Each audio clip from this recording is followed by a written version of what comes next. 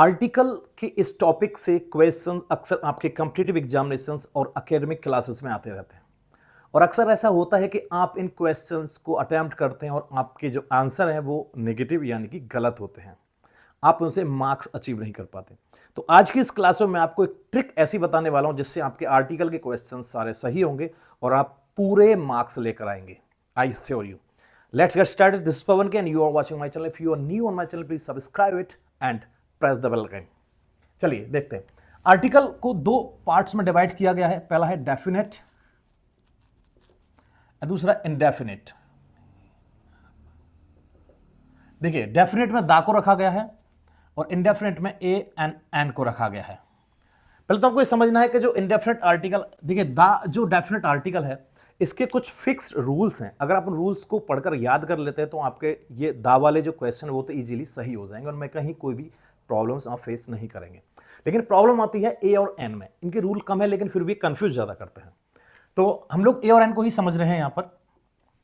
सबसे पहली कंडीशन तो यह है कि ए और एन जो आर्टिकल है वो आपको सिंगुलर नाउन के साथ लगाना है। सिंगुलर और वो भी काउंटेबल। सिंगुलर काउंटेबल नाउन से पहले आप आर्टिकल को प्रेस करेंगे जो भी ए और एन होगा। अब देखते हैं ए और एन को लगाएंगे कहां का, इनका कैटेगराइजेशन कैसे करें। देखिए इंग्लिश में 26 लेटर होते हैं, ये आप जानते हैं, जिनको हम अल्फाबेट बोलते हैं। 26 लेटर इन अल्फाबेट, वन अल्फाबेट, जिसमें 21 कॉन्सोनेंट हैं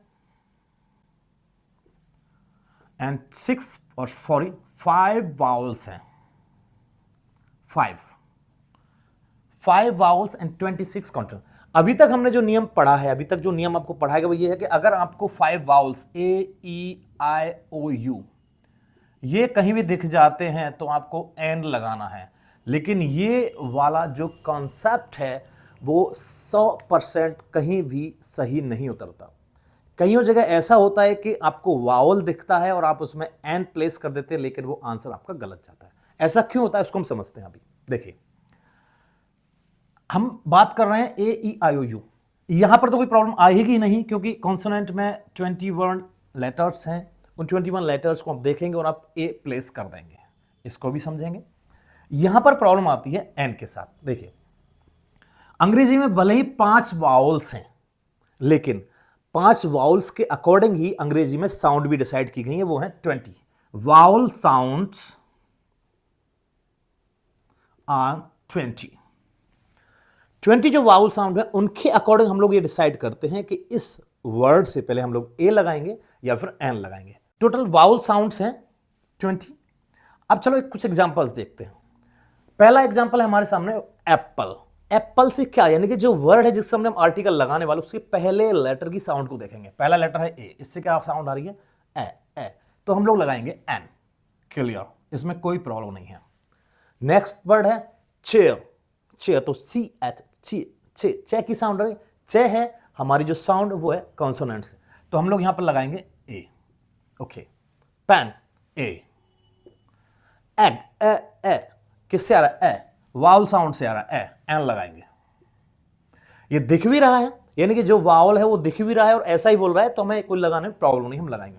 अंकल यू है यू है, साउंड किसकी आ रही है अ की साउंड अंकल, तो क्या लगाएंगे हम लोग, डेफिनेटली एन लगाएंगे। आर्टिस्ट आ की साउंड आ रही है। आपको क्या करना है कि जो वर्ड है उसके पहले लेटर की साउंड को लिख के देखना है। लिख के देखेंगे तो आपको पता लग जाएगा कि ये किस कॉन्सोनेंट साउंड है या वावल साउंड है। तो अब लगाएंगे यहां एन आर्टिस्ट। एक्टर ये साउंड है, एन लगाएंगे।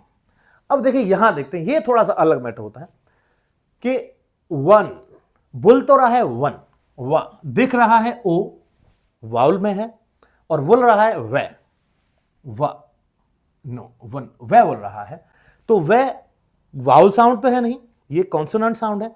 अब यहां पर हम लोग एन ना लगाकर ए लगाएंगे। ये ही आपको पहचानना है कि अगर वो वाउल है और उसकी साउंड कॉन्सोनेंट की आ रही है तो आपको ए लगाना है, अगर वो वाउल है और उसकी साउंड वाउल से ही आ रही है तो आपको एन लगाना है।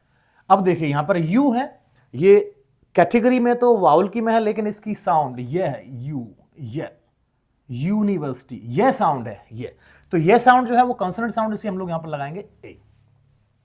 ऐसे अगला वर्ड है यूटेंसिल, यू, ये भी यह साउंड है, ये भी यह साउंड, तो भी हम लोग यहां पर लगाएंगे ए। अब देखिए HOUR, HOURU है, HOUR ये बोलेगा आवर, आवर, आवर, इससे आ की साउंड आएगी, आवर, आवर, आ बोलेगा तो क्या लगाएंगे, एन। मैंने आपसे कहा था कि आपको लेटर को बोलकर देखना है, अगर उससे वाउल की साउंड आती है तो हमें एन लगाना है, अगर उससे कंसोनेंट की साउंड आती है तो हमें ए लगाना है। आवर, ये देखिए कॉन्सोनेंट की कैटेगरी से है लेकिन इसमें एन लगा रहे क्योंकि वाव साउंड आ रही है। ऑनेस्ट, ऑनेस्ट, इसमें भी आ की साउंड आती है तो हम लगाएंगे एन। ये देख लीजिए। तो आपको इन क्वेश्चंस को क्रैक करने के लिए कुछ नहीं करना, सिर्फ उस वर्ड की साउंड को अटर करके देखना है। उच्चारण करेंगे तो आपको पता लग जाएगा कि ये वाउल साउंड है या कॉन्सोनेंट साउंड है। दिखने में वो लेटर चाहे वाउल से हो या कॉन्सोनेंट से हो, इट डजंट मैटर, इससे कोई फर्क नहीं पड़ता।